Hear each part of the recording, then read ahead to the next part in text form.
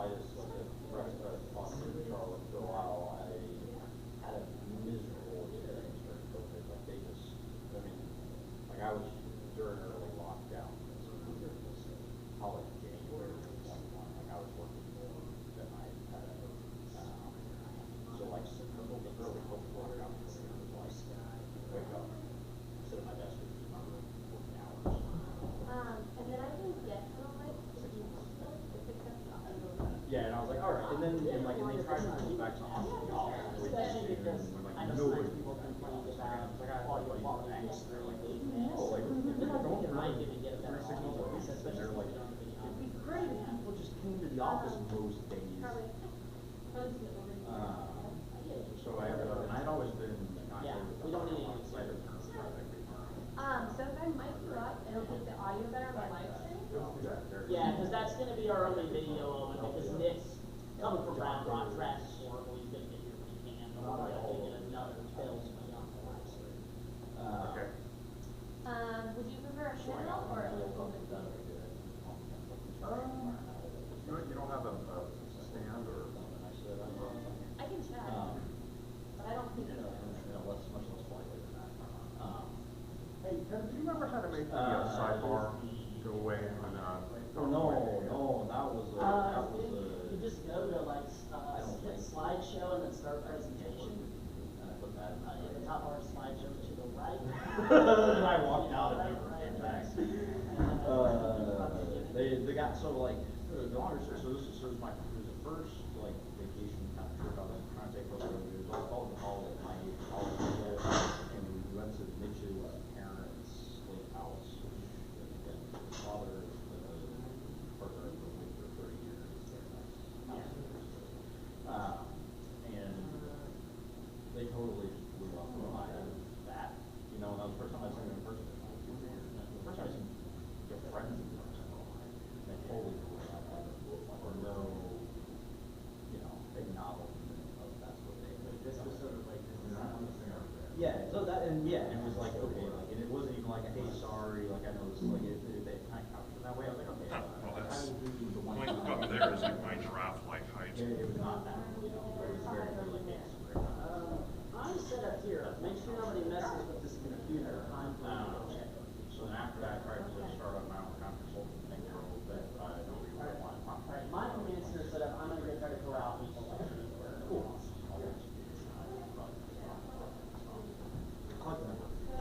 Yeah, I mean, Okay, people are do it. I can do Thank you. And then, so I with that, I tried to make it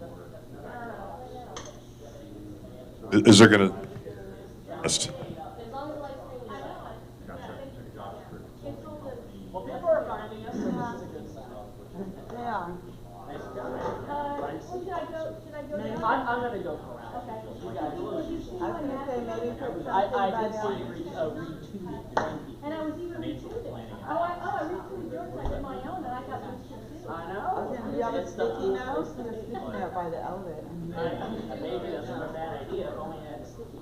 I'll find one. Honestly. I used to be, I think I know. and I got Lou, I'm sure I met you on Owen. You are David Hirsch, nice to meet you. Thank you for coming. Thank you for engaging. Yeah, I'm pretty excited about this. I built a workshop for this that I have yet to run.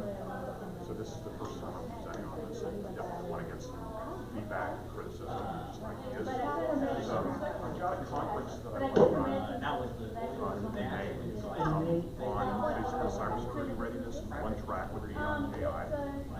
So it's, anyone in the community who's got any suggestions? Get into those on the live stream. We'll be getting started in like 5 to 10 minutes. We're just letting people filter in here. We're in a different room than normal, so bear with us. Thanks. We'll probably do a little after visit.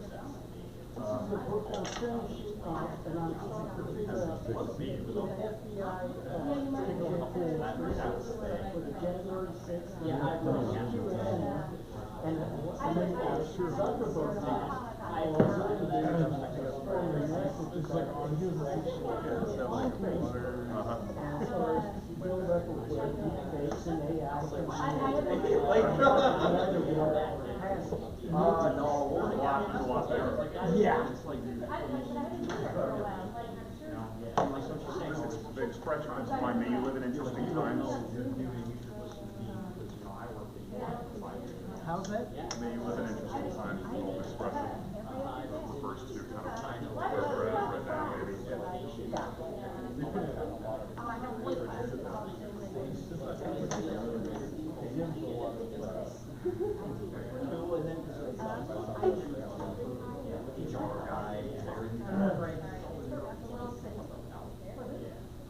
They see my photos. Yeah, so I thought we were recording that way too. Now I am actually. You get like a whole. Well, I just,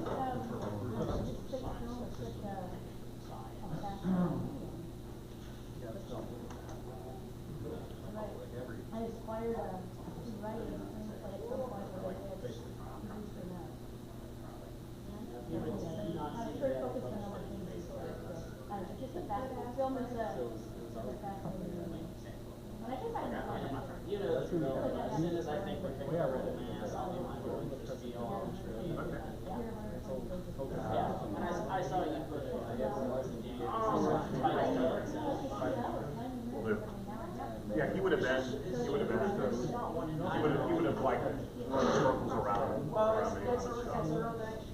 Here I am actually, I've been using my time with the house for like learning more machine learning, but actually maybe finally have an intelligent conversation with it. Oh, that's so good. Now those are women who on that company or in it, or yeah. They'll know who you are. I've already told them about it. Yeah. Now Yeah, it's like, okay, so we're on something. When did all this play? oh, I've watched his videos. Great instrument. I know, phenomenal. Hey. Hey. How's it going? Well, how are you? Good. I got to meet that guy. It's been a while. I got to meet that dude, Justin. One of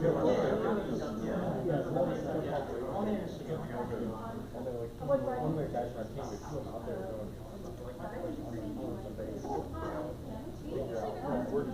it was really nice. That's Like,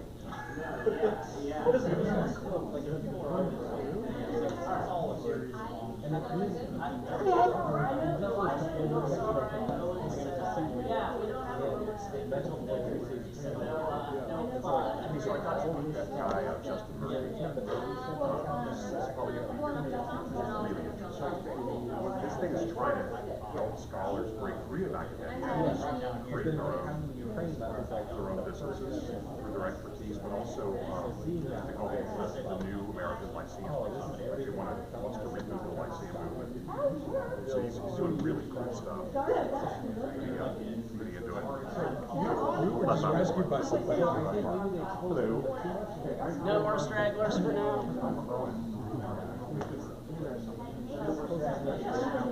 Okay, well, people are finding it, so we've hit enough people. I never know. You get 50 RSVPs and you get 10 people. You never. And traffic was terrible. I don't blame anyone. Thanks for the rescue.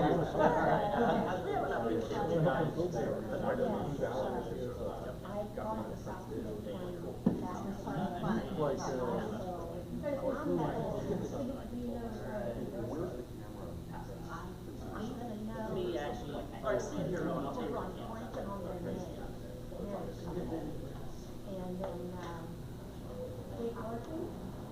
The camera is basically dead on, like down the center here, so you're a bit on the left of the camera. So I think that's the camera. That's it. Okay, so take one more look where I'm standing. Just tell me if I'm center.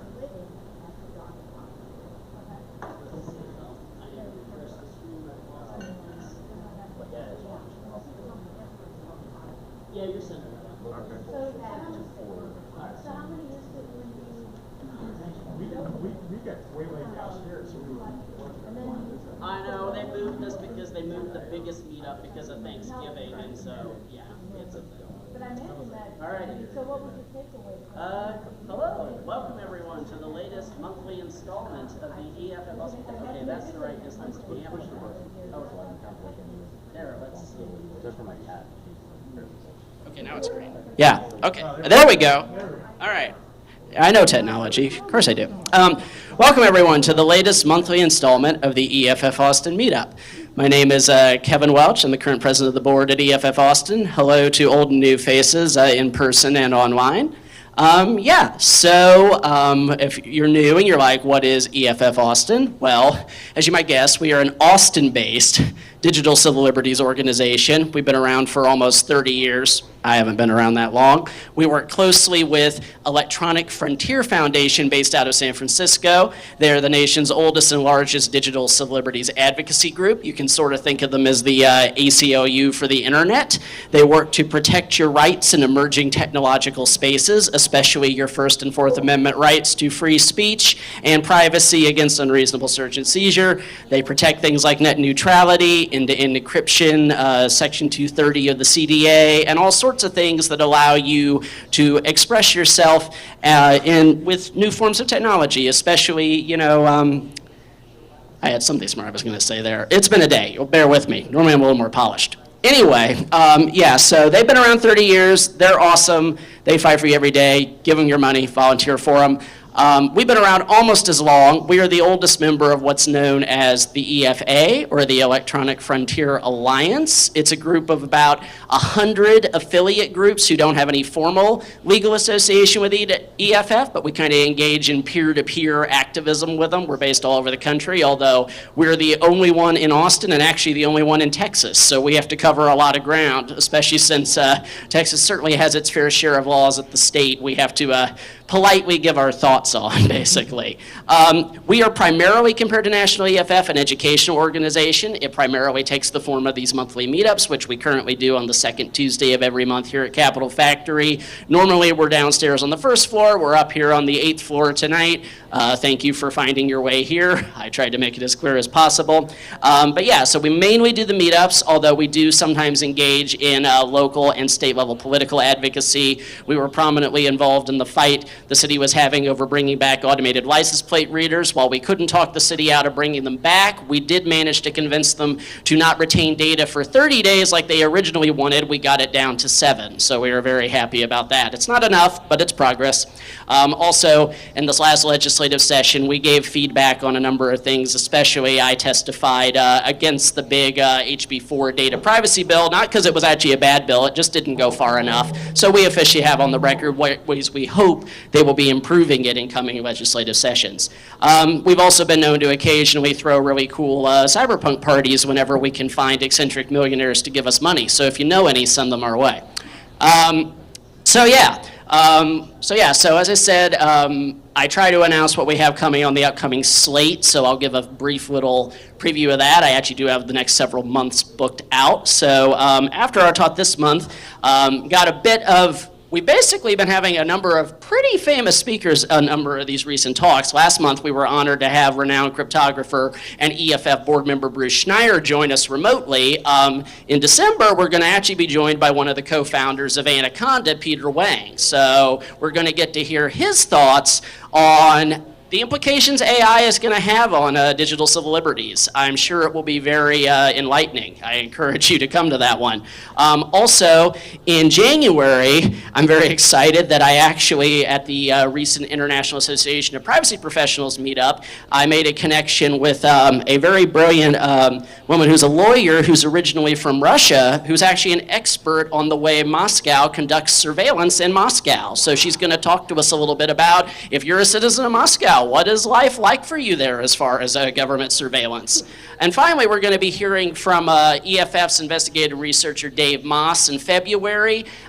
He's not committed hard to his topic for me, but it may very well be about this massive surveillance tower in Juarez you might have heard something about. So we're going to be talking about that.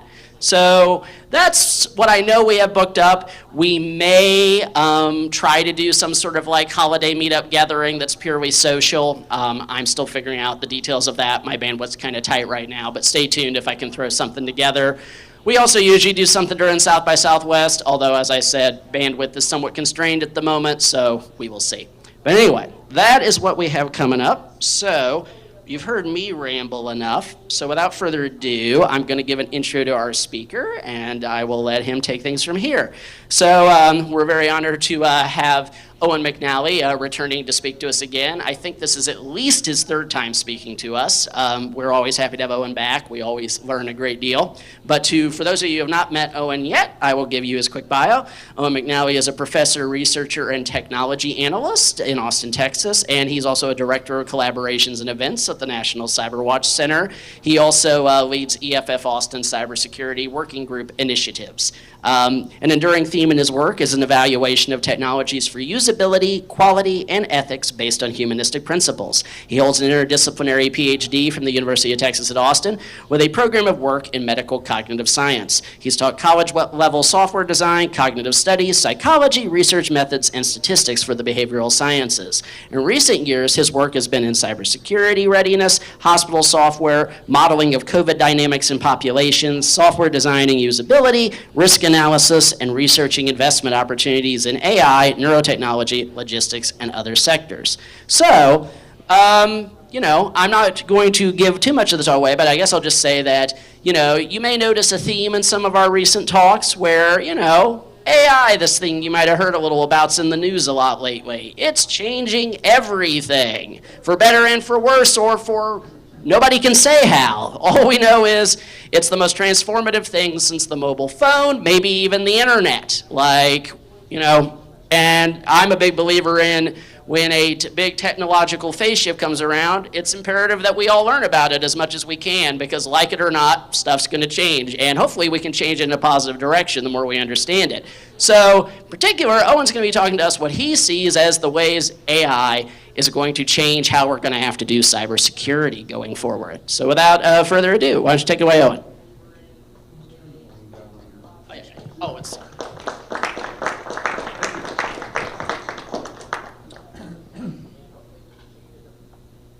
So, what I want to do is kind of keep this pretty loose, and definitely want to get questions and observations. Just, you know, I'm doing this based on a workshop that I created that I want to have a go live for in a few months, early next year, I think, at a conference. And any feedback, criticism, making points that you think might be interesting or helpful, just err on the side of mouthing off and speaking up, please. So I've been thinking about this stuff for a number of years now, and Kevin and I and a couple other of our EFF Austin colleagues met. We even looked at the possibility of creating a startup probably 5 years ago, applying machine learning methods to cybersecurity, and that whole thing has taken off in a really, really big way, okay? There's a lot going on.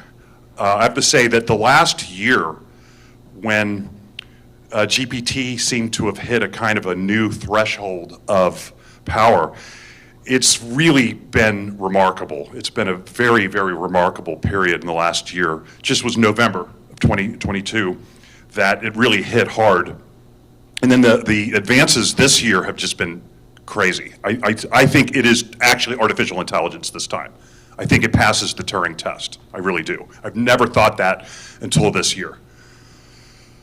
So there's a lot going on, and I have not seen a period where virtually every meeting I go to, almost every single day, people are talking about AI. I've never seen so much of a convergence in the scientific and technical communities on this topic. Yes? Well, you said you feel that you have reached the level of AI, artificial intelligence. What kind of application? Or is it too soon? There's so many. There's so many. I mean, you know, have it write a textbook for you. You know, it's all over the place. I'm going to mention, it's not one thing, it's many, many different things, with the use cases further along in some fields than others. But in terms of it being a cognitive amplifier, productivity maximizer, it's like nothing I've ever seen. We really do live in the future. Okay, so we're gonna go into it. We're gonna look at some particular use cases that both the people who are defending data and defending networks from bad actors are using, and then what the bad actors can do as we kind of enter an era of something like an arms race. But first, I am going to give a dedication here. to a man who would have been here, I think, and he would have had the most amazing insights because he always had the most amazing insights. Just a month ago, the AI and technical communities lost one of just a person who was a force of nature named Daniel Mahler. He was one of my very best friends. He died peacefully, very unexpectedly. I think the last time I saw him was actually either in this room or upstairs. He was holding forth, doing a talk on AI, and there was not a single chair in the room. It was standing room only at that point. He was that well regarded. Some of y'all here got to meet him. Many of you did not. But I dedicate this event to this lovely, lovely, brilliant man who's one of the smartest people I ever met, and may his memory be a blessing. So I'm going to start this with a big idea. This is going to be the thing I want to have kind of integrate all the other pieces here tonight. And the big idea is that I think these developments, plural, what we've seen in the last year and where we're going, it's actually giving me room for being a little bit more hopeful about what is otherwise a pretty depressing situation with regards to cybersecurity, which has just gotten worse since I started doing research in this field in the last maybe 7 years or something like this, and contributing to the National CyberWatch Center and EFF Austin in this domain. It seems like things are getting worse, and I can see, though, the possibility that artificial intelligence is actually going to give an advantage to the quote-unquote good guys. And what I mean by that is the United States and our allies. So there's definitely a major context here about statecraft and who our friends are and who our rivals are, and the possibility that our opponents are actually enemies at this point. Certainly some of the criminal organizations, I think we could say, are enemies of peace and order. So it's possible that the historic advantage America has with regards to AI is going to see us through to flip the script about cybersecurity, because the big idea I've been working with in recent years on is that the bad guys are on offense and the good guys are on defense. And we're constantly reacting to innovations, improvements, new ideas coming from criminal organizations and their sponsors who are state actors. We're constantly reacting, and then they're trying something new, and then we're reacting again. It's just felt like this. That's all it's been for the most part, for at least the last 5 or 7 years or something. This may flip that. We may actually be able to have what you would call in game theory a first mover advantage. Reason is because artificial intelligence comes from the United States. And other allies of ours in the Anglosphere and in countries like Germany, countries like Japan, South Korea, and some others are part of the broader network of our allies and partners, and they've also been developing AI. And it takes non-trivial amounts of investment and time, and people who have see a long-term advantage to spending money now that you may not see the return on investment for in a tight time cycle. We've had that. We really had a peak of it, I think, in the 50s and 60s. If you look at federal investment in basic research, and out of that came just so many things like the internet and artificial intelligence and so many other things that people didn't know how big it was going to be at the time when they spent millions and eventually billions of dollars. And we have seen fantastic innovations come from this country and our allies. So I think we've got a first mover advantage. I could be wrong about that. It could be that some of our rivals or opponents are further along, and that may not be true. I can't say as a fact this is true, that I think we have a first mover advantage. So AI could turn this deteriorating or at very least stagnating cybersecurity situation around. I think it's certainly possible. Okay. Generally, I've been kind of pessimistic about this stuff for the reason I've been mentioning here, that I've just felt like the good guys, the defenders of networks, the people who keep our lights on, keep the hospitals running in this country, have been on the defensive for years. Whereas the black hats, the bad actors, have been innovating or sandboxing, to use the term from software development. They keep trying new things, and they've got more money. People pay off the ransom in a ransomware attack, then they've got more money, then they're incentivized to try new things out. I had a cybersecurity expert academic colleague of mine up in Pennsylvania mention he was doing consulting for a hospital up there, and he said the level of sophistication he's seen this year with some of the hacker tactics is unlike anything anyone's ever seen in this field before. We don't know whether that's because of them using AI or not. I think that's an extremely important thing I want to learn about. I've so far not really found a thought leader who can address the specific questions. For instance, is the Chinese government's, are there hackers actively using AI to be on offense currently? I just don't know. And maybe it's in a research trial stage, or maybe they're much further along. I don't know. If there's a thought leader in this space you know of, please let me know who that is. Make an introduction if you can, because I'm definitely embracing the learning curve on this stuff. That's a quick question. So when you're thinking about like offensive AI cybersecurity applications, like what examples of what you're thinking of, or is it just still so conceptual that you're still trying to figure out where the IP AI is plugged in? Okay, so the question here is like, what are some specific examples of AI applied to offensive cybersecurity?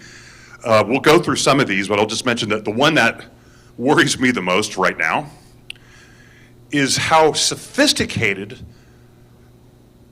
generative AI can be at creating emails that will make people think this is a real person who I met at a conference, and I kind of forget who they are again. I met 37 people, but this looks legit, so I'm going to click on this guy's link, and then boom, ransomware.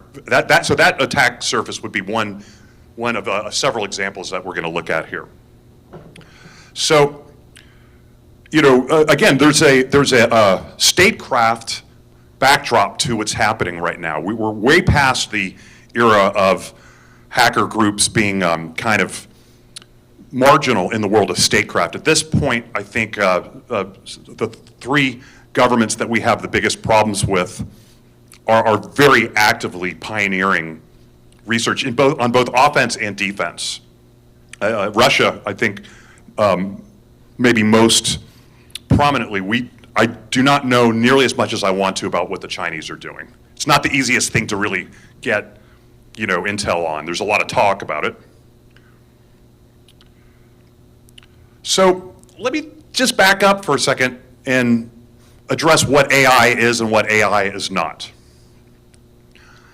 I'm not going to delve into the controversy about where the borders are between true artificial intelligence versus mere automation. It's been pointed out a long time ago that stuff in the 1950s that was considered artificial intelligence, years later people say, oh, that's just algorithms, that's just automation. But in 1957, that was not how they thought. So like chess programs at this point, in 1957, that was the leading edge of AI. I don't think people think of that as much now, your average chess program. But I'm really not going to address this vexed issue of like where the boundaries of AI are. We'd be here all night talking about it, maybe another time. AI is not one thing. So I've been doing research on it for more than 30 years. I got to sit in on the class of one of the original developers of it in the 1950s, Herbert Simon, who's a great guy. His version of it, knowledge-based AI, you would see on the left on the screen here, that is some code that a friend of mine who was working in the area of medical AI sent me when I was trying to finish my Ph.D. work. That is what you might call knowledge-based AI on the left. And it has a long history. It goes back to the birth of computer science,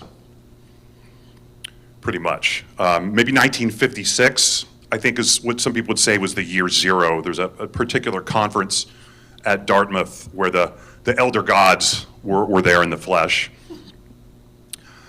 On the right is this alternative paradigm that has taken the world by storm in recent years, the last 10 years especially. We would call this an artificial neural network.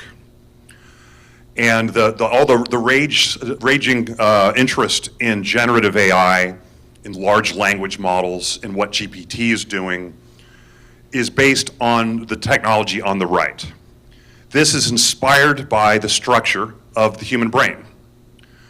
Now, most neurobiologists have never found it a very convincing simulation, really, though it's gotten really interesting in recent years. But it wasn't supposed to be necessarily a literal model of how the brain works, more an engineering approach that's inspired by neurons, and each of those circles would be a kind of artificial neuron, and you would feed data into the green neurons, which would represent a kind of like world accessing set of processors, and then you've got various intermediate layers, and you've got an output layer, like you see on the far right there, that purple dot. And this has also been around since the 1950s. And these two different branches of AI have at times come together, at times they've diverged again, they've been rivals for funding. There are some people who would embrace hybridizing them, which is certainly possible in an area of active research. But the technology on the right is the thing that in the last 10 years has really kind of blown up and just, it just seems to be revolutionizing so many different things in the world right now. But it's not the only game in town. There's many, many different technologies that are, labeled as AI, and then people say, is that really AI or not? And that's not a debate I'll have tonight. But if you buy me a beer, okay, then we can go down that rabbit hole. Okay. Where are we at? It's the year 2023. What's going on? Look at it from the point of view of business.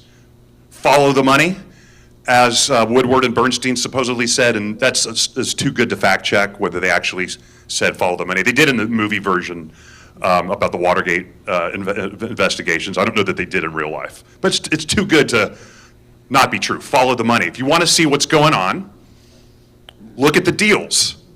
So Splunk has never turned a profit in 20 years. Cisco bought them for 28 billion, or Sagan units. I like to call them. Carl Sagan used to say billions and billions. Okay, 28 Sagans. That's 28,000 million. At some point we're talking about real money here. Okay? We'll see if Cisco gets their money's worth. Well, but they're making a bet, aren't they? That someone's making a big bet that this thing is going to be huge. Cybersecurity and AI crossing over. Morgan Stanley, I guess finance group, investment banking. What is Morgan Stanley brokerage? All the above? All of the above. Okay. What don't they do? They have a link to a report on there by an analyst, and you take these things for what they are. It's a prediction about the future. Does anyone go back and check, did that analyst make a good prediction? Well, maybe not, but I'll say what's interesting, by the way, in the rationalist and less wrong scene that I'm kind of in the outer orbit of, and other people are doing prediction markets, and they're getting really, really scientific about prediction and checking their own predictions once a year and seeing who was right, and, giving scorecards on this stuff, So a good analyst would want to join that community and say, hey, here was my prediction from 5 years ago or something like this. So is it true that by 2030, this is going to be a $135 billion market? We'll find out. Someone will check. Maybe it'll be a reasonable estimate. Yes? What do you think, why did they pay 20 billion? What was the value that they saw in Splunk, since a lot of people felt that they were the dinosaur in the data People felt Splunk were the dinosaur in the data center, and yet Cisco paid $28 billion for them. They're high on hype. They're drunk on expectations of future profits. They think this is where the market's going. They're skating to where the hockey puck will be, to use a sports metaphor. That's my best guess. They thought this was too big not to have to be really going in really big on. I mean, they definitely have a footprint. I guess my assumption is that they paid that much because they have all of the historical data from all the large enterprises around events and the methods used, like kind of historical. That's an interesting observation. Maybe it's fundamentally worth paying that much because of how much data they have, and then you can do a lot of things when you have really, really big data stores. Yeah. I mean, maybe it was fundamentally about the data and not the technology besides the data. I don't know. Anyone have any observations on that? Yes. Speculate. I know the financial stuff. I mean, the problem with something like this is by the time you know what it's worth, it's too late to get in. By the time you know what it's worth, it's too late to get in. So sometimes they're going to buy ahead of time, and they understand that it might be a little high, but it's just a way to get in the game, and they decided it's worth $28 billion to get in the game, but it couldn't be a really big fucking game. I mean, maybe what it is you spend that much money so your rivals can't buy that company. So it's like it's maybe strategically sound by some expectation or metrics, what have you. By the way, do we have another microphone that we could use? I do not know. That's the one I was going to say. Okay, so we could just kind of open this up and let whoever wants to ask a question, like, have the mic. I can spread it around, sure. Yeah, let's do that.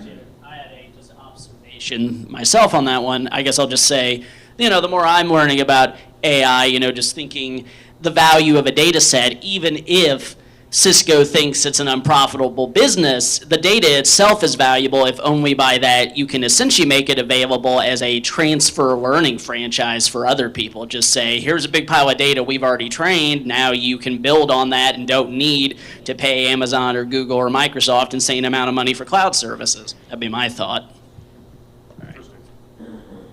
Recently I was on a webinar with the academics and with large language models using Bayesian inference and inductive probability, a concept called zero knowledge proof, which is a methodology. So is it an advanced methodology of as a logician? Did you want to answer that? Yeah, I'll give it to him real quick. Yeah, it sounded more like an observation than a question. I'll just say I'm a big Bayes fan because I couldn't have finished my Ph.D. Bayes saved my life. So I'm always going to be biased to anybody who says cool things like, here's another application of Bayesian statistics and Bayesian inference, and Bayesian networks. I'm always going to be but otherwise I can't speak to it. I hear about zero knowledge proofs, and it's one of those things. There's a lot of shiny objects out there. I mean, I can just add on zero knowledge proofs that, they're highly valued in the privacy community just because they let you trust somebody without actually revealing any of your data. So, yeah, they're great and have diverse applications. Anybody else want to, all right, a couple more people want to chime on this before we move on. I just wanted to add a data point to the numbers there. So that seems like a lot. OpenAI right now with their current raise they're raising $1 billion at a valuation of $85 billion. Which seems astronomical, but that's what Wall Street is paying right now for OpenAI shares. So 85 unicorns, wow, they're not rare anymore. Anybody else want to chime in before we move on? All right, cool, bring it back to Owen, keep going. Okay, so I'm saying I'm a little bit hopeful, maybe even guardedly optimistic that the AI gap that we have, because it comes from America and our allies, is going to allow us to put the bad guys on the defensive. Maybe. Having said that, it's a nice idea. Having said that, the situation has been deteriorating. I don't like to use the word crisis. It's just too, when somebody says crisis, I say hold on to your wallet. But still, I mean, other people will say it's a crisis. If you are a medium-sized and not very well-resourced hospital system and you get hit by ransomware and you can't actually run your hospital tech until you pay the ransomware, you send them $3 million of Bitcoin or something like this, it's a crisis for you, and that's happening. It's been happening all over the country and gotten worse by the year. As Billie Holiday said, them that's got shall get, them that's not shall lose. The big players will tend to be protected. It's people who don't have the staffing, don't have the resources, don't have the deep bench of talent that are leaving their systems vulnerable. That's just the nature of the situation. I think it's probably going to get at least a little bit worse. There is definitely money coming from different agencies, federal agencies and others on trying to get people, but as someone who's very deep into cybersecurity readiness, because of the work I do with the National CyberWatch Center, it's really, really hard getting the positions filled because organizations do not want entry-level people. They want people who at least have a year or something under their belt, so they're proven. So you can have a degree in cybersecurity, and it's very hard to get that first job. There's not very many entry-level jobs. I mean, the person who has a hotshot with a computer science degree from MIT, that person's probably going to get hired. But what about a person with a 2-year degree in this supposedly hot field where there's hundreds of thousands of unfilled positions? It's very hard to get that first job, and it's for rational reasons. Why should I pay to train that person when you can do it, and then I poach that person from you? Now, the thing is, if everybody does this, the first, that person who needs that first level job, that person never gets that job if everybody does this. Now, what the Germans do, they have this thing called apprenticing. You know enough to be able to add value on the job. You're not wasting the time of a journeyman or a master level, whatever it is. Now, we do that here with electricians, HVAC, your plumber, and then the medical world. They've got an apprenticing type model. Well, we don't do that here for complicated reasons. There is money for it to work with the feds on this. It's very, very rule-based, and a lot of forms have to be filled up. It's very high compliance, high paperwork. So, in any event, there's you can look at what some of the risk analysis business people do. People who are doing underwriting, people who are looking at insurance. It's another way to follow the money. Moody's Investor Service considers industries that have a lot of vulnerability because of the nature of what they're doing relative to the cybersecurity situation. That's a pretty significant debt load. One way to think of this is this idea from software development that we call technical debt. Organizations develop code and they go down a certain engineering path, and then years can go by. They just haven't done all their due diligence. There could be big holes in it in terms of one software development team I was with once, a guy told me, we were a small group, maybe 20 of us or something. He said, the security holes in this application are big enough to drive the entire world through. So if 5 years later that hasn't been addressed, that's one of many ways you can accumulate technical debt. And sooner or later, your numbers are probably going to come up. So it's good to see what organizations that are well-resourced, like Moody's, or how they're assessing, what types of estimations they have of the kind of precarious nature of what's keeping the lights on. So I would just say in general, I think the right attitude to have about this, if you're in anything bigger than a tiny organization, the right attitude to have is not whether you're going to get hacked, it's when you're going to get hacked and what are the consequences. The bigger you are, the more of a target you are. The more computers you have attached to the internet, the more targets there are, the more there is an attack surface for hackers. And they may be doing this pretty randomly, in the sense that, like, you could have a thief check every single car in a parking lot at 3 in the morning just to see if anyone had one door unlocked. Or they may be targeting an organization specifically. And that's the thing where I mentioned the ransomware email generator problem. People are getting very good at looking at specific organizations, learning about them, seeing an interview with somebody, and then having generative AI write an email to that person, and that person will think it's real. And we're going to look at that particular example here in a little bit. So you're going to get hacked if you're of an organization of any size beyond a few people. Even a small law firm could get hacked, and they feel like, well, we don't need cybersecurity. Maybe, well, roll the dice, see what happens. Go another 10 years, you'll see what happens. So It's a question of when, probably, and what the results are. You may have good luck. It's not necessarily the best risk management strategy, though. So being hacked is not a quote-unquote black swan. This is a misunderstood term because it's hit like kind of pop reference points as meaning a highly unusual, impactful event. That is a huge understatement. What it means is an event that is so unusual and so impactful you could not have possibly anticipated it. It's not like COVID is not an example of this. So I took epidemiology, and we learned that it was a matter of when the next pandemic hit and how hard. People knew something was going to come. We didn't know from where or what bacteria, virus. You don't know that. But that another one, and we will have another pandemic. It could happen next year or maybe in 100 years. We'll find out. There's going to be another one. That's not a black swan. A black swan would be much more like a UFO landing in Washington or something like this, and the Space Brothers inviting us to join the Galactic League or something like that. It would just be like, what? So you can't spend money on everything in an organization. You got to make choices. We live in a world of trade-offs. What are you going to spend the money on? Hiring new people?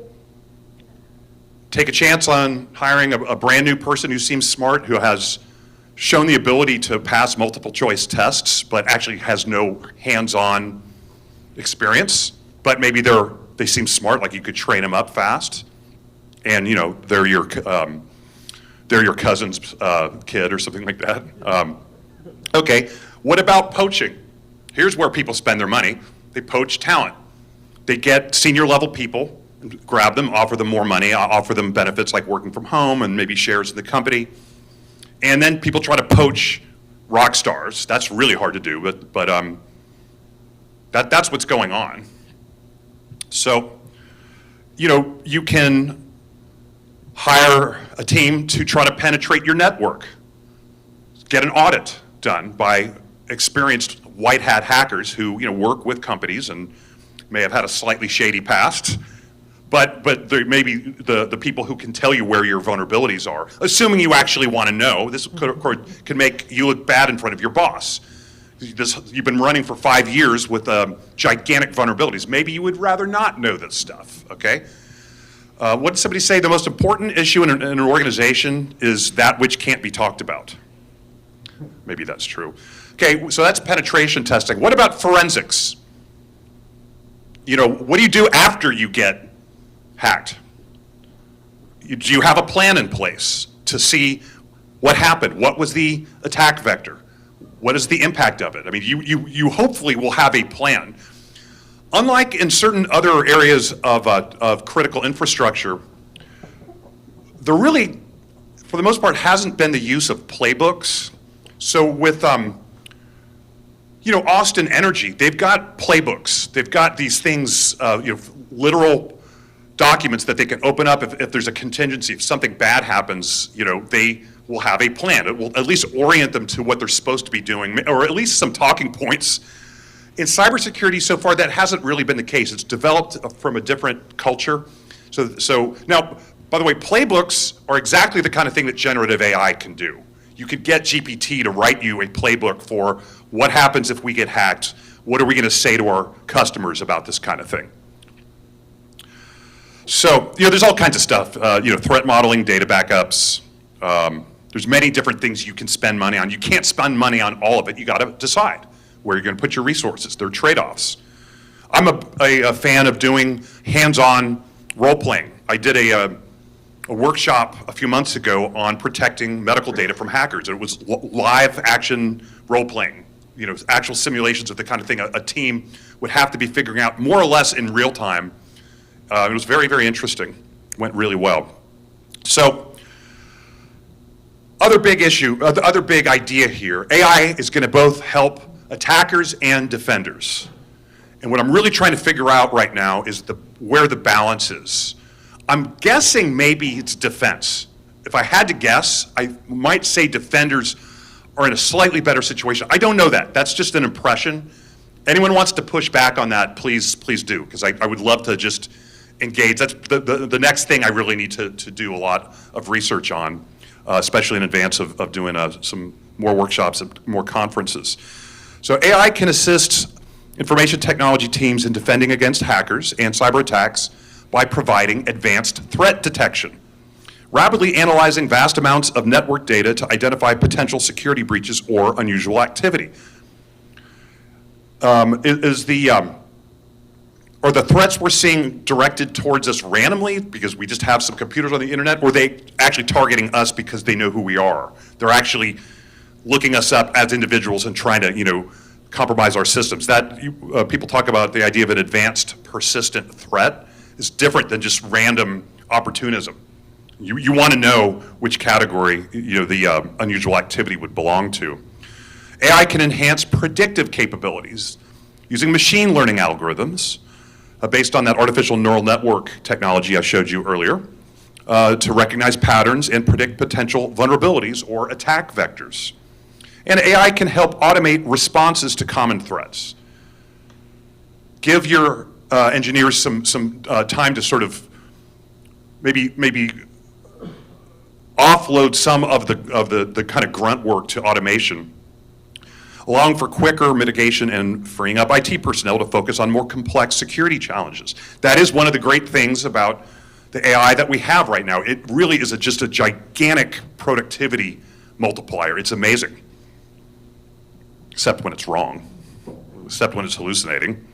What I mean by hallucinating is that if you, at least with the older versions of GPT, you were seeing this more, like the one maybe a year ago. If you said, like, what was Jesus' favorite Beatles album, it would say, well, it was Rubber Soul, and number 2 would be, Sgt. Pepper's. And if you asked it, what did Joseph Stalin say at his Nobel Peace Prize acceptance speech?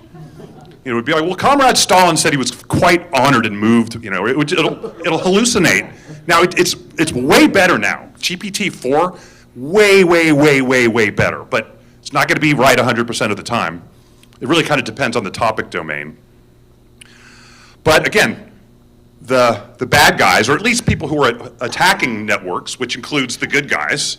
I mean, hopefully we've got the best in the business. Hopefully we have the best network penetration people and technology. I think we probably do. That would be my guess. I'd hate to be wrong on this.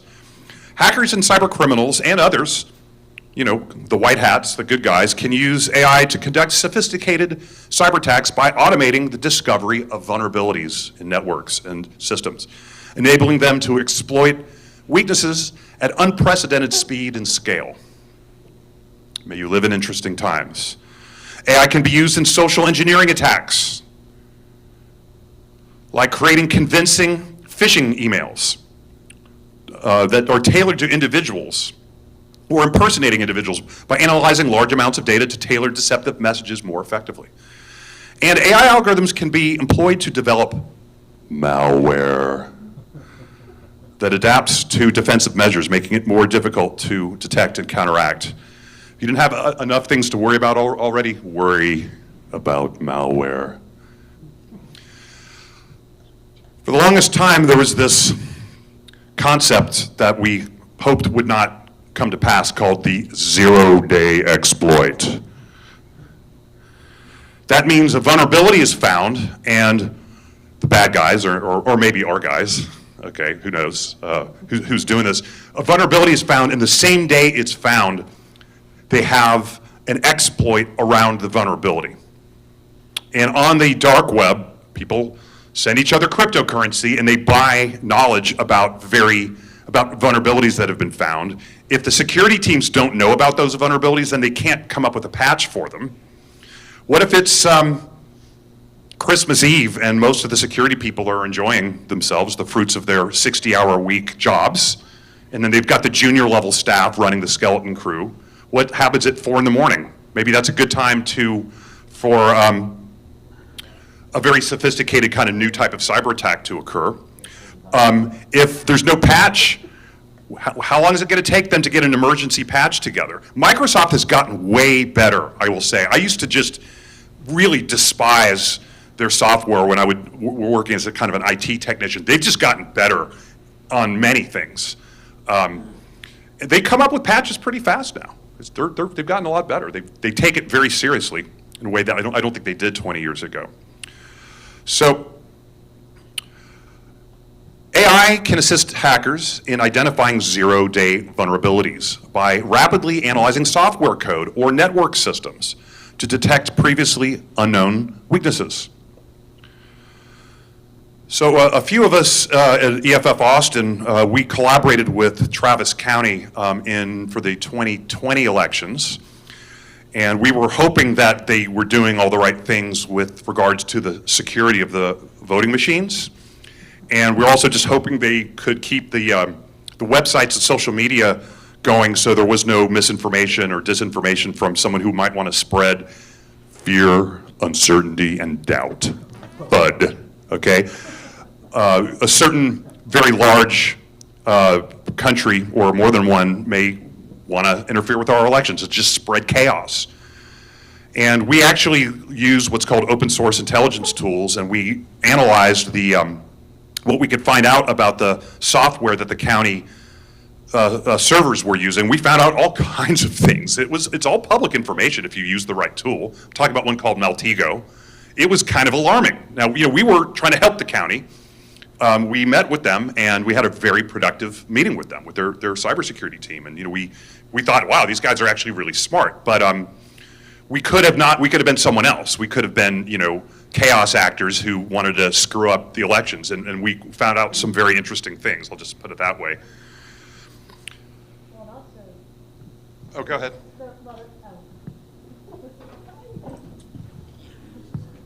There's 254 counties in Texas. I would imagine Travis County is one of the more sophisticated ones on this sort of thing. So there have to be a lot that aren't over 200, I would imagine. I would imagine that just from a budget standpoint would be an accurate statement. Yeah, I think we would be more of a target than, Bexar County, but who knows, I mean, yeah, it may be that they fish where the fish are. We'll find that's what they do with regard to hospitals and ransomware is they don't necessarily go after Cedars-Sinai or Johns Hopkins or the UT medical system. I mean, they might try, but, they'll have better results with a, 8,000 bed rural hospital system that's got like 2 cybersecurity people, one of which needs to get retrained, the other one of which is about to have a baby and, she'll be offline for a while. That's who you want to go after. So once a vulnerability is found, AI can help in automating the creation of an exploit. So there's vulnerabilities and there's exploits. What's the time lag between these? If they can speed that up, that's a problem, leading to worst case scenario, which we see now is the zero-day exploit. Maybe it's 72 hours before Microsoft announces that they've got a patch and they got to get the word out and then you've got to install the patch and maybe the patch is the right one and maybe it's not. Sometimes the patch can introduce a new vulnerability. And that's the thing, if the operational tempo of their research is faster than the operational tempo of what defenders are doing, then that's the kind of thing that happens. So once a vulnerability is found, AI can help in automating the creation of a complex exploit tailored to leverage these vulnerabilities effectively and evade detection. Here in Austin, home of the SolarWinds Corporation. 2 miles down the road from where I live. 2 miles down the road, the word on the street, and this is pure gossip. Okay, let's just treat this as pure gossip. But the rumor is that an intern used the password 1234 on one of the computers there. And a Russian group, I think it was Cozy Bear. I think it was a Russian hacking group, Cozy Bear, used the internet. Their computers are exposed to the internet. They cracked that code. And it was months before anyone found that this had happened. SolarWinds software was used by many, many different US federal government agencies, as well as Microsoft. All these companies were affected. Probably the worst data breach incident in federal government history. That's just 2 years ago, I think, is when that was, roughly. It wasn't long ago. So what if they don't even detect this problem for a couple months? Now you've really got a problem. You can't do a patch unless you know what the vulnerability was. AI can optimize the timing and methods of attacks, ensuring maximum impact by analyzing when systems are most vulnerable or least monitored, thereby increasing the chances of a successful exploit. You know, what's going on during the Super Bowl?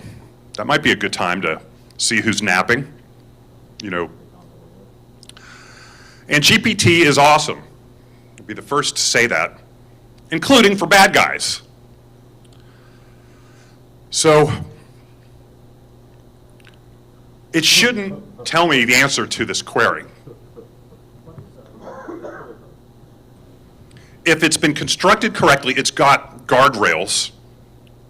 So it shouldn't tell me the answer to this extremely dangerous question.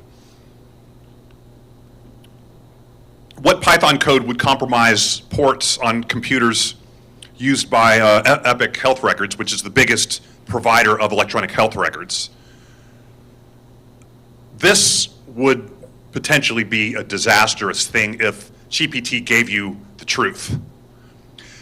These things have been trained by ethicists and others. They're guardrails. They're things it won't do.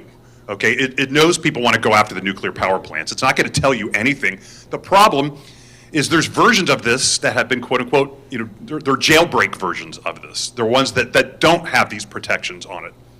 So, you know, we don't know where this is going. I don't know that the advantage that we've got, America and our allies, will last. I think we've got a short-term advantage. I was one of the people who signed that petition to stop the development of GPT, to have a pause.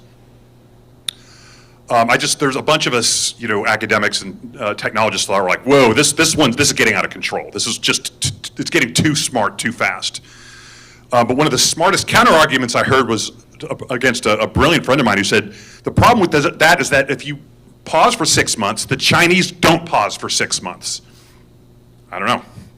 Maybe I'm wrong to have signed the petition. So, here's what I really worry about. So, you know, let's say you're Michelle, you're a director in some company. Say you're in healthcare IT. That's the part of cybersecurity I know by far the best, as a practitioner, is stuff to do with healthcare.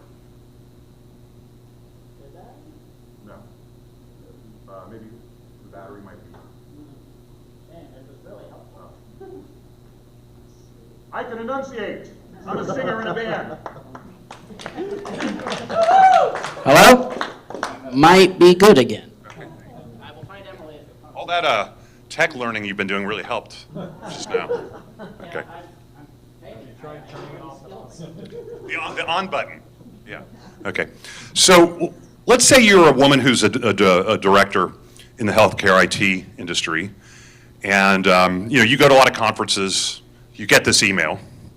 Good morning, Michelle. Kevin Jackson here. We met at the HIMSS conference a few months ago and had coffee after your talk. Really good talk, by the way. And HIMSS, by the way, I used to work with them. That's the Healthcare Information Management and Systems Society. It's the largest nonprofit in the kind of healthcare IT standard setting. It is a very profitable nonprofit. Interesting how that works. They claimed when COVID hit and they had to cancel their huge conference, it was right before South by Southwest. It was a huge, people lost millions of dollars because they spend the whole year planning to be at HIMSS.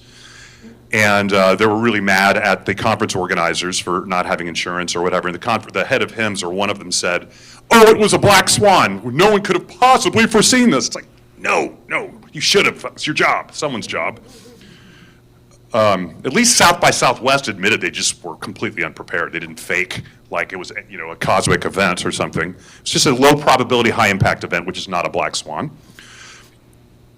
So we talked about ransomware and the problem of algorithms your team has been using that have high false flag rates. Like you go into your spam folder, you're like, oh God, I needed that email. Now I look like a total jerk for not responding to them. That have high false flagging rates when scanning emails. As I mentioned, we've built a Python-based AI and machine learning app that is best of breed in scanning emails for ransomware by reducing false positive detection rates. Can we phone chat or Zoom sometime and see if it's a good fit for your hospital system? Also, I can come to your town and do an IRL pitch for you and your team. Best, Kevin Jackson, founder and CTO of eSystems. you know, Michelle's looking at this and think, well, I was at the HIMSS conference. Kevin Jackson, I met 37 people, and that's before I was drinking.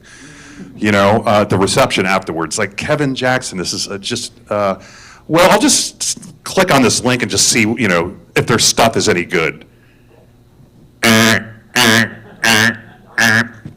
That's what I'm worried about, is using generative AI to generate something targeting an individual like that. So, and in fact, this might go into a spam folder because it's generated by AI, and a good ransomware detector would actually flag that, but maybe it's a real person. That's the problem. That this may be the person with the solution you want, and you end up getting a false positive result. So in statistics, we have what we call confusion matrices. When you do some kind of test, you have true positives and true negatives, and false positives and false negatives. You may correctly figure out that that's a scam, or you may not see it, or you may falsely think it's a scam when it's a legit person, or you may actually truly realize, oh, that's a real person. You know, so there's 4 states you can be in there. So that's really basically all I have to say about this stuff at this point. There's many more things that could be said, but you know, I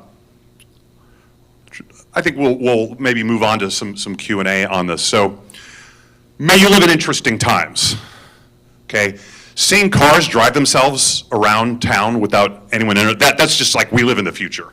The first time I saw one of those, I was just like, am I really seeing this? I'd heard about people talking about it. A homeless dude told me he saw a cop pulling one of those self-driving cars over. You know, sir, can I see your identification?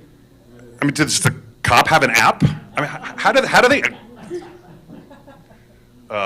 So, this it adds to the feeling, the surreal feeling that I've had for many of these years, and the AI really is kind of making me wonder if it's possible that the singularity is near. Okay, so I will only mention this in passing. But one of the most discussed ideas in the last, say, 20 years or something was associated with the writer named Werner Vinge. How do you pronounce his name? Vinge. Was it fiction? The singularity is near? Was it fiction or not? Anyone know? So it's an essay he wrote basically saying that there could be an inflection point where artificial intelligence just has a super acceleration and it becomes dramatically more intelligent than us very, very quickly. And all we will know is that things feel really weird when that moment happens. I don't think it's happened, but I have to say things feel pretty weird. Okay. So just to summarize all this, okay, bad actors have been improving, improvising, and generally keeping us in react mode. AI could turn that around. We likely, I hope, enjoy a first mover advantage in applying AI to cybersecurity. I think that's true. I hope it's true. AI can assist in providing advanced threat detection, enhancing predictive capabilities, developing machine learning algorithms to recognize patterns or to predict potential vulnerabilities or attack vectors, automating responses to common threats, and more, things that are going to help security. I'm not talking about 10 years from now. I mean, people are selling these products now. I don't know how good they are, but there are an awful lot of people hustling in this space right now and trying to sell products. I don't know, who would be the best in it. I couldn't tell you, honestly. AI can assist hackers in identifying zero-day vulnerabilities, in conducting sophisticated cyber attacks by automating the discovery of vulnerabilities in networks and systems, in more narrowly tailored social engineering attacks that are easy to miss, and in malware development and more. So the last thing I'll say here is if you want to engage on this and you don't already have my email, you can send me email at omcnally@nationalcyberwatch.org. If you want to help with the EFF Austin working group, which is not super active right now because I've just got so much going on, but we'll reboot it. If you want to have anything to do with learning, helping, teaching, we definitely want to engage with you on this. We've got a small group of people that are really, really smart. We've had some good run on what we've done. We've gotten great introductions to people. And I am wanting to have a conference here in Austin in May on cybersecurity, one track would be dealing with AI type issues. If you wanted to do a workshop, we have money for that. We get National Science Foundation money to help people build workshops. We have all kinds of opportunities for learning, for teaching, for networking. We're engaging right now with academics as well as the Texas Workforce Commission. There's, last time I checked, supposedly 60,000 unfilled cybersecurity positions in Texas. That's cybersecurity and cyber adjacent, like a database administrator or a cloud computing person. So it's not necessarily pure cybersecurity roles. So, definitely want to get any thoughts, any questions, any feedback, criticism. Nobody likes criticism. Everybody needs criticism, okay? Learning to do constructive criticism and take constructive criticism is one of those adulting life skills that you should get better at. You should become more emotionally intelligent over time. So definitely want to get any observations, and thank you, Kevin, for putting this on. Thank you for a great talk, Owen. Yeah, I think we can have a very interesting Q&A building on it. I will kick the Q&A off, and then I'll pass the microphone around. I kind of have 2 questions for you, inspired by a bit of what you were talking about. One, with the risk of phishing becoming something that even people like us who like to think we're intelligent and would never fall for are going to fall for. Do you basically see that we're going to have to massively accelerate the rollout of passkeys to basically kill phishing, basically? It's proposed as the phishing killer. And the other question I have for you is, do you see AI-assisted code audits as potentially a lot of companies thinking they can cut corners using that as opposed to getting professional auditing from, say, a group like NCC Group, thereby giving a lot of companies a false sense of security that they have a more secure code base than they actually do? Okay, I'll answer that second one first, because I know more about it. People are definitely using AI to take every possible shortcut that you can right now. So I have a couple of young friends who are upstairs right now busy on their AI startup, very, very smart young guys. And they bragged to me how many people were going to get laid off from any company, organization that used their AI technology. And I said, you need to have another story if you're going to talk to investors, okay, than just that. I mean, they want to know what the value proposition is. But yeah, basically there's so much. I mean, using AI to sort of do auditing rather than paying a company, yes, that's exactly the kind of thing that's happening right now. How would the results compare? I don't know. I mean, it might be that AI is better than most human experts, but really what it is, it's where we're seeing this go is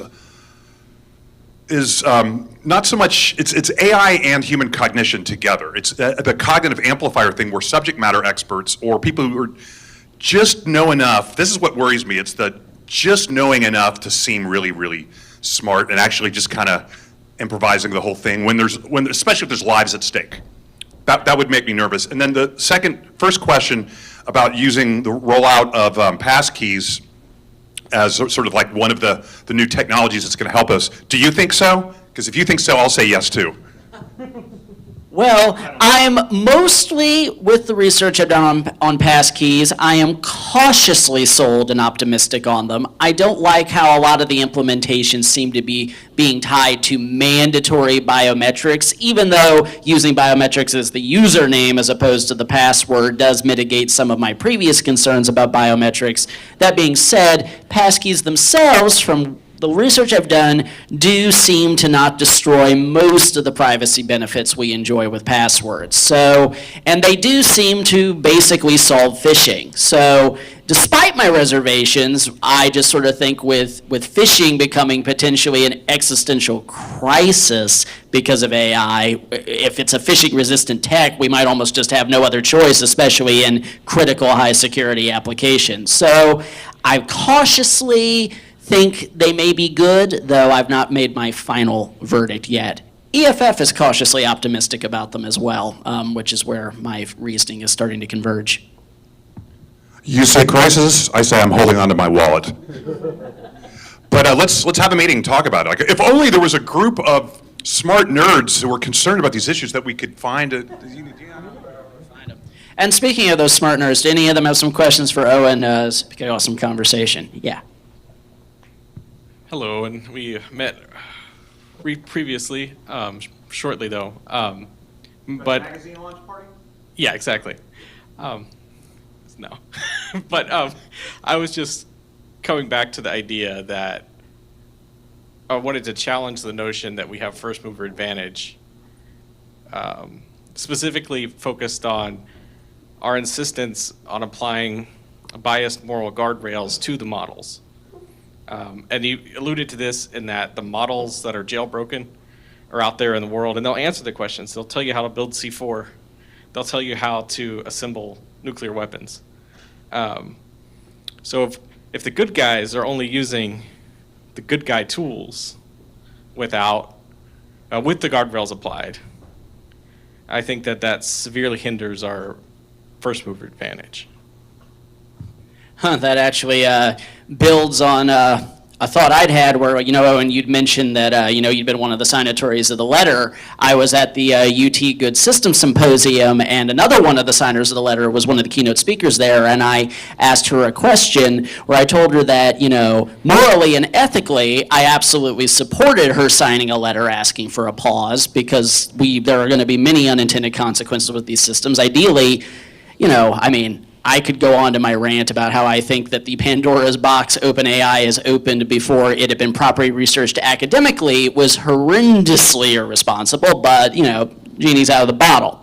So what I sort of told her was, I think this is right, but I just don't know if it's going to actually do anything. And with your question there, I wasn't really so much concerned about, say, what a China or Russia is going to do. I was more concerned with these jailbroken models that engage in transfer learning. They're shockingly cheap to reproduce, and you don't need geniuses to do it. Some researchers at, I think it was UC Berkeley, basically released an open source jailbreak of, I forget which one, it was Llama or Bard or something, I don't remember. They did it for literally $600. That's what I'm worried about. And $600 is a lot in Russia. So, yeah, no, I think to the point about whether we, for cautionary prudential reasons, we lost the first mover advantage, that could turn out to be one of the big pivot points of the 21st century. Historians may look back on that and say, what were you thinking, given how sophisticated Russia is with cybersecurity? I mean, they punch it way, way, way above their weight. And that goes back decades. I mean, it was true just in the East Bloc in general with encryption and code breaking and computing in places like Bulgaria and Russia and what have you. They punched way above their weight. They still do. And they outsource a lot of work to criminal organizations that work with the state, like Cozy Bear and other ones. So, yeah, we may have made a catastrophic error in trying to do the right thing. There's no way to know right now. This is a black box. It is an extraordinarily important question, whether we seeded that. It's also the case that this is gossip. I've heard that there has not been a pause at all. It's just that was all for show, that OpenAI just said, I don't know. We'll have this other team, I don't know. I don't really know what the truth is about this. But if it turned out that, well, so let me bracket all this for a moment and make a point that I believe my friend Daniel Mahler would make if he was here, because he made this point here or some other room at Capital Factory, maybe the last time I saw him, or one of the last times about 3 months ago. And he was giving a talk on this stuff, and he said he thought LLMs, large language models, were nearing the end of their period where that's where the real innovations were going to come from. He thought it was going to be something else, and he thought it would only be incremental. I mean, it may be very impressive progress, but it's not like the gap between 3 and 2 and 3.5 and 3 and then 4 over 3.5 is insane, how powerful 4 is. That's the one I use. I mean, I use 3.5 and then 4. It's so much better. But he thought they were kind of nearing the end of that period, and that's kind of contra conventional wisdom, but he said only things I think he thought were actually true, and he's been acknowledged as a deep expert in this for quite some time, former Google data science guy. So maybe that would be another possibility here, is that you can spend all this money with more data, more hidden layers, more compute, time. You can't really get faster chips right now, but you can, we seem to have hit a plateau as far as I can tell. Sort of like Bitcoin mining, you start to hit a limit on the new primes you can generate. I think it might be something to that effect. I mean, it's hard to get the NVIDIA chips, which I think are the best in breed for doing AI kind of stuff. So maybe that's another possibility that no one's really will have an advantage because we've plateaued with the stuff. It doesn't feel like it, but I mean, the 6-month pause is over, I think, right? Didn't that just end where the GPT-5 is about to come, or 4.5? I didn't even know there was a pause. I thought that they took it seriously. I mean, am I wrong about this? Does anyone remember whether OpenAI paused or not? That's an important factual thing. They never did. Okay. That was PR because people wanted alternates.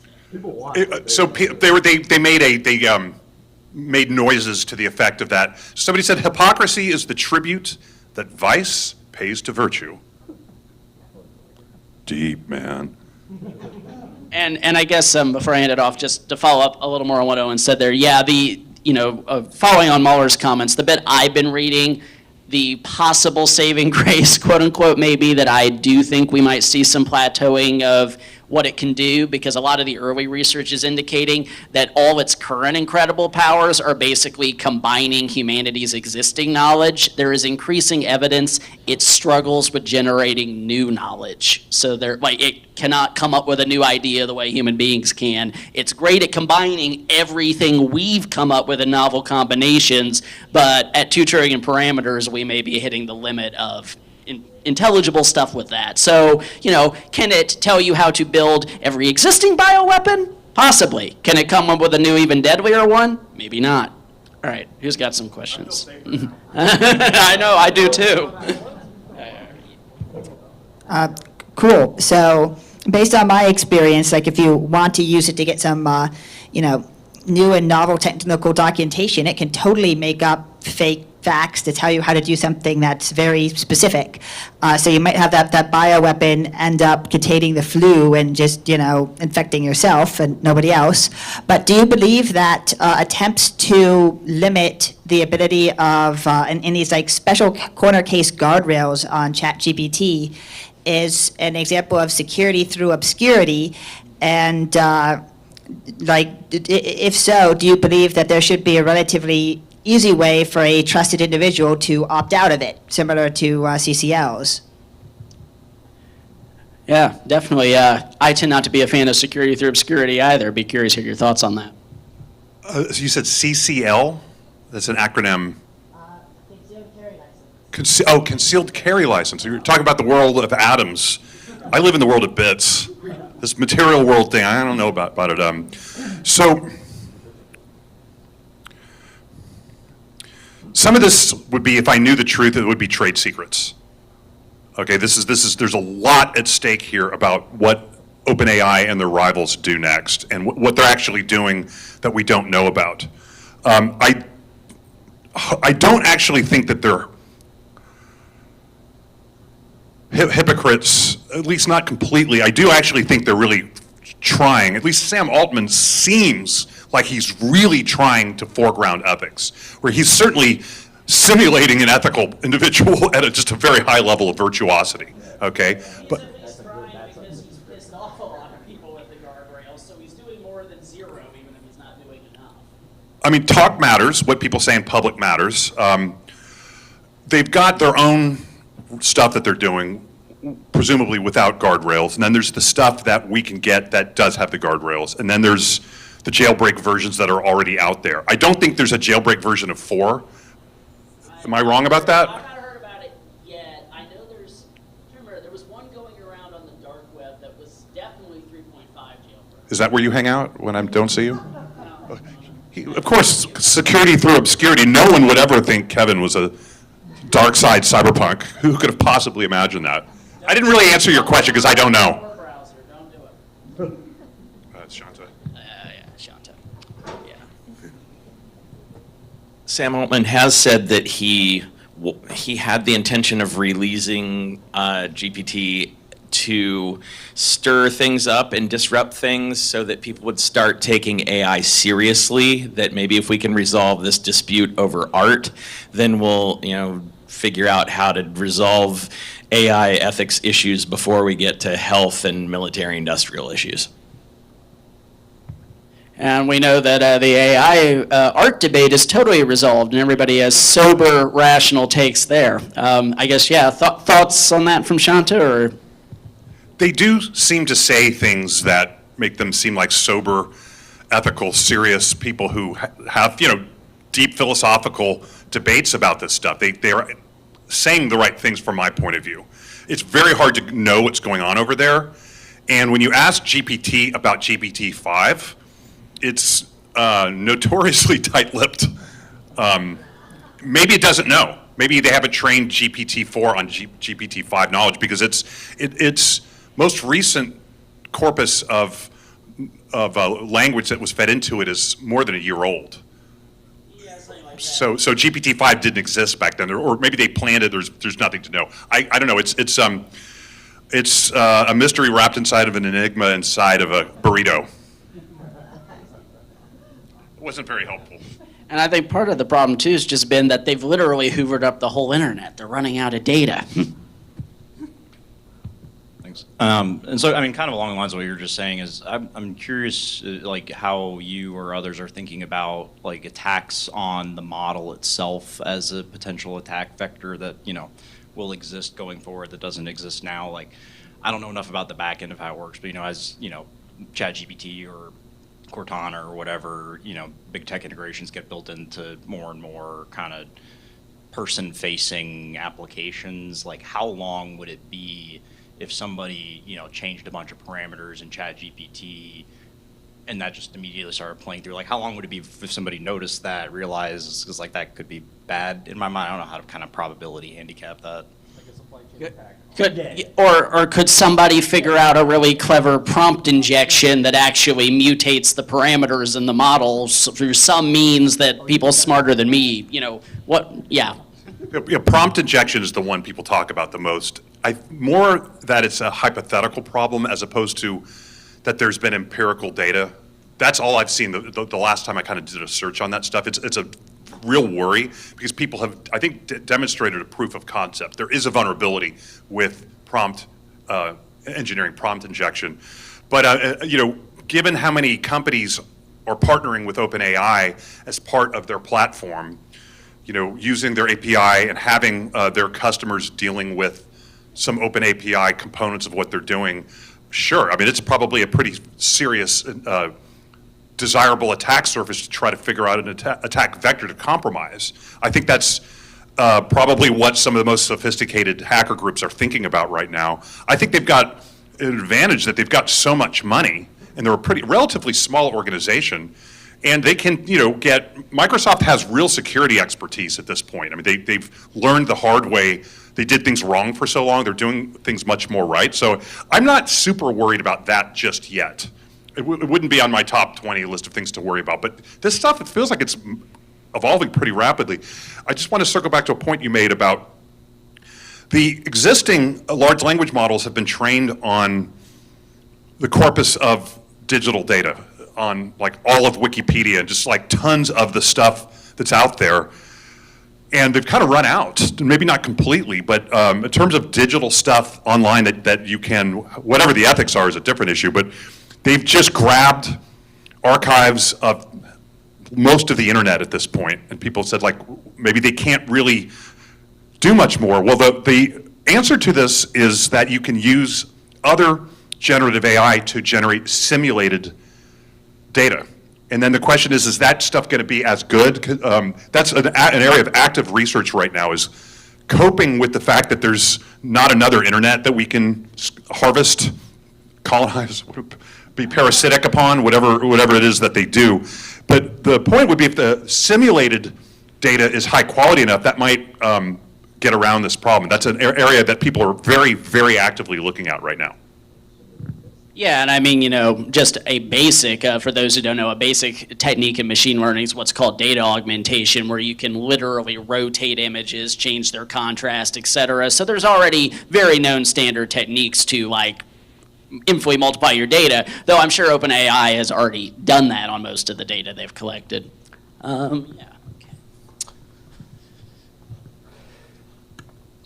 So regarding the threats that are coming in, looking at it from first principles, you say, why are these threats happening? And it's because they're getting paid for it. And Owen, you've heard this thread from me before, but it seems that the solution to this may not be technical, but rather a regulatory solution where you make it illegal to pay ransomware. If you pay ransomware, you go to jail. You do that in the United States, these ransomwares dry up pretty much overnight.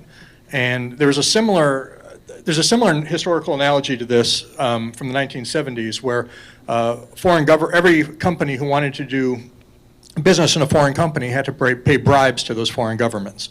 And I think it was in '78, the U.S. created the Foreign Corrupt Practices Act that made it a criminal offense to pay a bribe to a foreign government. And so you had this massive tax on our society that was these bribes going to foreign governments that dried up pretty much overnight because of this. Right now we have this massive tax in terms of cybersecurity, in terms of funding criminal organizations in North Korea and rogue states that could dry up overnight if you just made this illegal to do. And there was actually some traction on that in April. The Biden administration was actually thinking about passing a law on this, and their analysis of it, of course, our bureaucrats are very technically competent, and they realized that they couldn't well enough define how they could allow for government waivers to the paying of ransomware. And so they decided to scrap the whole thing altogether. And so, but anyway, I guess some local municipalities, I think Boston was looking into doing this. But to me, it seems very obvious there. It's like we're getting punched in the face, and we're teaching everybody how to best take a punch to the face instead of teaching people to just stand back and walk away. Yeah, we'll get on thoughts on that. I guess I'll just say I've heard the debate on paying and not paying them. All I'll inject to it is, I don't think it's necessarily morally and ethically quite a one-to-one with your example of the bribes to countries like Iran in the 70s, just because with, especially as I think Owen can allude to, ransomware, say at a hospital, you don't pay the bribe, somebody might literally die. So it's a little more ethically complicated than that scenario. But I agree it's complicated. I'm not sure how I ultimately feel on the topic. Mike, I'm with you probably 80 or 90% of the way on this, and I think Kevin actually anticipated what I would add a little bit of nuance to this. So, like in the specific case of ransomware in hospitals, and hospital operations getting shut down, we think at least one person's died already for a hospital that was about to do a surgical procedure on a person. The hospital got shut down, they got sent to another hospital, and they didn't make it in time. There's at least maybe one of these that I think there's some documentation of, probably more than one at this point. I think the one I was citing was Germany. In the case of life and death, you could see an ethical exception to the principle you're saying, but I'd say only in that case would I be comfortable in saying, well, this is going to be a one-time thing. The problem is that it's not a one-time thing when you pay the ransomware, because they've got more money now, they've got more incentives. They just had their techniques validated. I would like to see Travis County implement a no ransomware policy for all healthcare facilities here.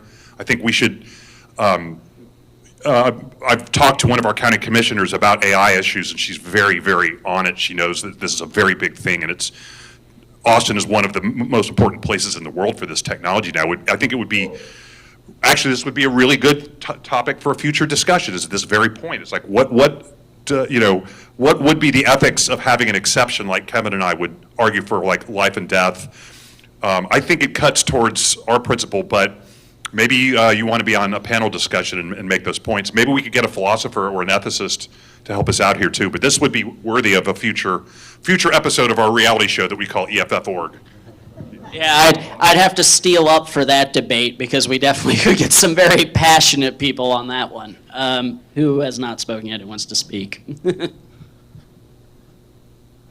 So my name's Teresa, and so I have worked with many technology companies, and so what I do know is what they're saying today is that in a lot of cases, you pay the ransom and they're not giving you back your data. So a lot of corporations are basically saying you have to have a default. We'll be thankful for NIST 2.0, which I know that the Biden or this current one has for the mid to small size frameworks. It's the National Institutes of Science and Technology Cybersecurity Framework. Yeah. Yeah. Yeah, 2.0.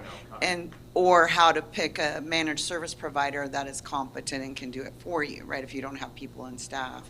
But one other thing I was gonna ask is Fraud GPT and Worm GPT, are those like Worm is the one I was thinking of. Worm? That's the jailbroken one going on. Yeah, that's it. So I knew about them, but I wasn't sure if that's what you guys were talking about. So one of the articles, and like I deal with CISOs, security officers, is that we do have the advantage still, slightly, right, for the response. So the idea of security, obscurity, that's kind of been the MO, and like everybody was hush hush. I'm not telling you or you what I'm doing. But now what has happened over the last few years is all the enterprises are realizing it's immunity through community. So all the corporations are coming together. So I think that gives us an advantage too, because we can get ahead of like the 0 days, right? But the thing with the Fraud GPT and Worm GPT for that Darkbird, I think was the one, was what they're saying is it used to take them, we'd get it and then they'd tweak it to figure out how to like get it back in. And that used to take about 6 months. They're now being able to iterate and hit you again in 2 months. The other weird stat that I heard was that like more than 50% of ransomware people get hit again they hit you again in 60 days. So that Is that independent of whether you refuse to pay or not? yeah. Well, and I wonder sometimes if they're still like They inside. just re-encrypt, like they tell you that they pulled their software off. Yeah, they're still kind of in there. And they left the back door in place and just basically. Yeah, the back door, Yeah, yeah. yeah. So, you know, so the rates are increasing. I do feel like the technology is advancing to combat and to respond. But I also, a lot of it, what they're saying is it's no longer about stealing. It's like a lot of bad actors are coming just to destroy. So back to everybody get a generator for Christmas. Bring accelerationists everywhere. You know, Worm GPT, that's just not as wholesome as I think they were going for. You know, it's just there's something about it's leaving me feeling a little unfulfilled. Worm GPT. The picture the article I saw with it going around was literally this horrifying AI-generated like dragon worm burrowing into things. The feds are rolling out a framework where we don't know when it's going to hit. They're taking their time, okay? But maybe like at least a half hour before Jesus returns, they're going to unroll this, where to do business with any Defense Department related entity or their customers, you're going to have a much higher level of security practices built in already. And if you don't get a certification, you won't be able to get any of that sweet defense money. Doing the same thing with banks right now. The SEC will probably do it faster and better. I got to say, the finance is where tech actually that's good gets done, and actually in something like a timely fashion. So that's good because they pioneered this stuff, and then well, in some ways less well resourced governmental agencies can kind of look and see what their best practices were. So maybe we're going to get through this decade. My thought was maybe by the end of this decade, the situation would turn around and we would have better cybersecurity, and we would just have a really, really rough roller coaster where some power plants would get shut off and some like tragic stuff happens. That's still my prediction, but I think the AI advantage that I hope we have maybe is going to mitigate that.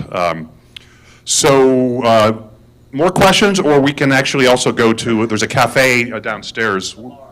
Cafe with the bar, and kind of overpriced, but there's the one item that wasn't. What was that one item? The tater tots are not overpriced, and they're tasty. So, any other observations? Thank you. Yo, that's Justin. He's my new buddy. He does great writing on many topics, including tech. Thanks for having me. Appreciate it. I wanted to introduce one data point to the discussion and ask you if you have any riffs on what it might represent. Some people have been noticing that the CAPTCHAs are getting much more difficult. And this, I think, raises a really interesting, bigger question that's relevant to your talk, Owen, which is basically, as the arms race between the good and the bad actors continues, there might be increasing negative externalities for humans. If the problem really is sorting out humans from machines, and the machines are now human level, but possibly even superhuman level soon enough, then is there a risk of our entire economy and society pretty much becoming uninhabitable for mere human level intelligence as the good guys try to keep out the bad guys in our software systems? So I just thought that was, I'm curious to know what your priors are on that, and what you think about that. Whether or not it's sentient, are we doomed? So there is almost a prophecy on this topic from the kind of progressive and hard rock band Styx. Their song Mr. Roboto. They say, machines to rule our lives, machines dehumanize. Yeah, so the answer is yes. You're an accelerationist or an accelerationist adjacent person. Accelerationist curious. Yeah, it does feel like we're moving into a period where it's going to be harder and harder to just get your stuff done because of the threat environment. Now, the first time I gave a talk on this stuff was at a party we had, and I was kind of a little more boosterish about, here's what we can do. We can use two-factor authentication. And the futurist Bruce Sterling came on after me, and he was kind of gently critical of where I was coming from. He was basically saying, two-factor authentication is not going to save us. We've got to rethink this thing from first principles because we spend so much time like, what is my password? Why did I change my password when I was drinking last night? It's a real problem. So I know this. We've got to get a much more humane space going with this tech. Of course, we're weaponizing it against each other. But yeah, where does this thing go? I think your intuition on this is spot on. And I have a cryptic reply to this from Brian Eno, who famously said, the problem with computers is there's not enough Africa in them. I've wondered what that means. Well, I mean, I can certainly say that, I think, to OpenAI's credit, they clearly have thought about some of the ethics, but, to that end, you want to get more Africa in it. Maybe listen to Tim Gabrew and Stochastic Parrots a little more, possibly. So, yeah, maybe we can end on that thought. Anyway, thank you all for coming. It's been great. If any of you need a parking voucher, I have them, so I can give them to you. And yeah, we're probably all going to go downstairs and hang out in the lobby bar if you want to join us. And as Owen said, if you buy him a drink, you can actually debate if the dang thing's sentient or not. It's not, but it's fun. So yeah, we'll see you all there.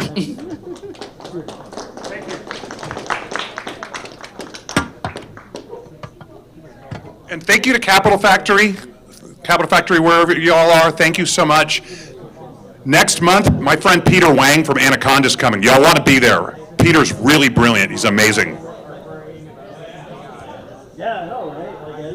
Like, I finally found my people, and I was sitting there thinking, like, now I'm supposed to government is like this kind of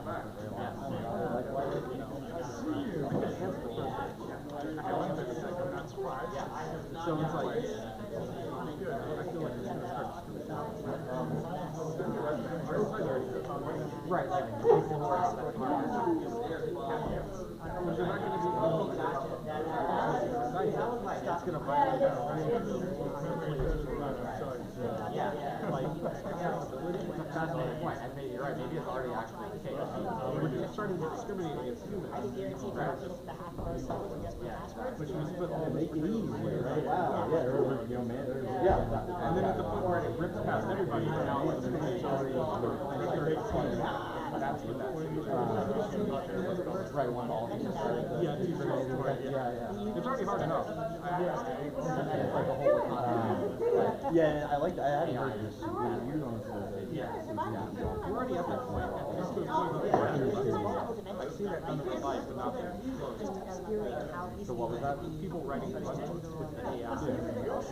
Leaders be open to asking it for it. And what is it runs up? Like, what you're doing. The point of that is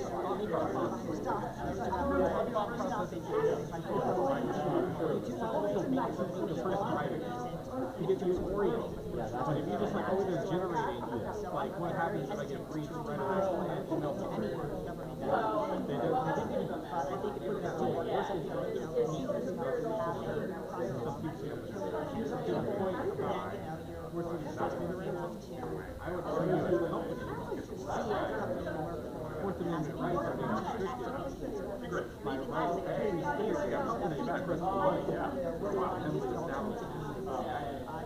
therefore, restricting my ability to attain free to decide who I may attain.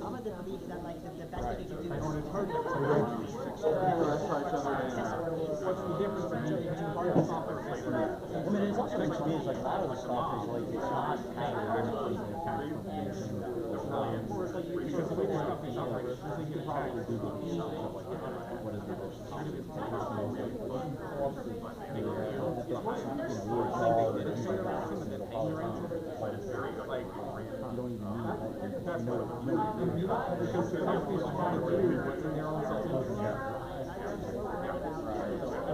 So once you're dependent on some AI company to protect you, you're more or less dependent. Yeah, I mean, that's where it's smooth, right? Because then you can tie together all these things. So then you can just say, hey, look, anything you can help that person. You don't even got it.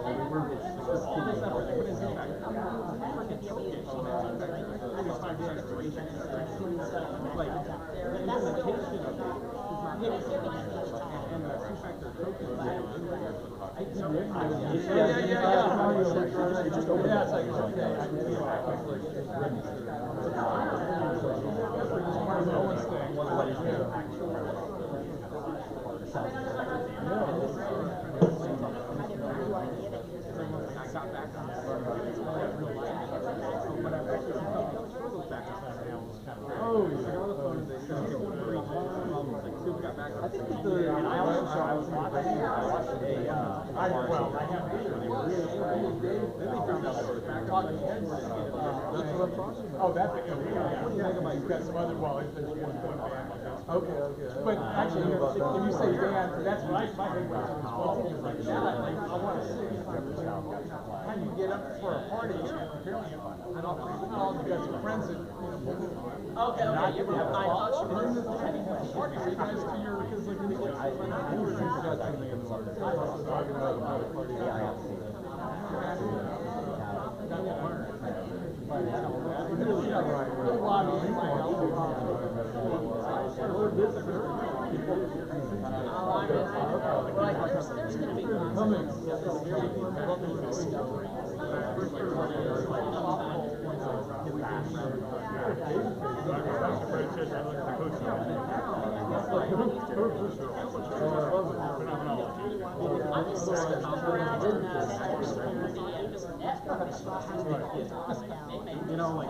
There's going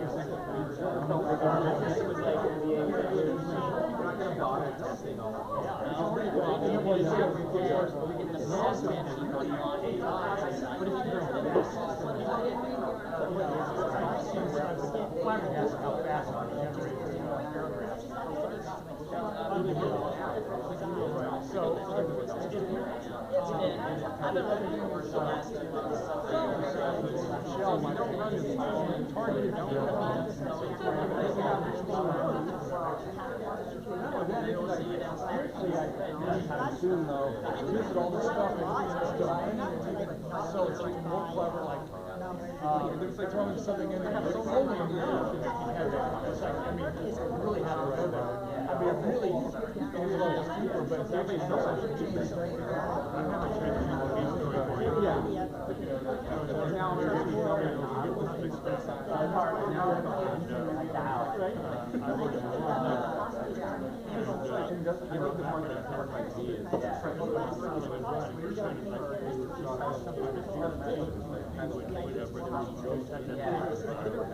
so I went ahead and took my own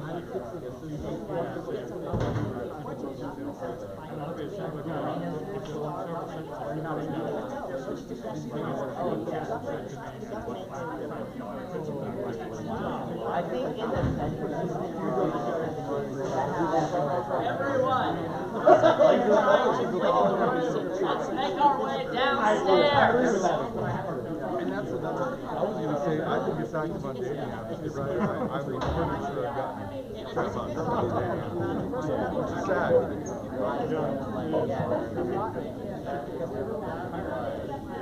Well, and then it's like what you're saying, if hiring right now, I didn't put any new people because they were being where I had to make me very interested in more about that. And I thought the way you framed it as like your main point, being that the guys have an advantage, I'm not sure that should be your main point, because it seems like that's just yeah. I don't know. I sort of feel like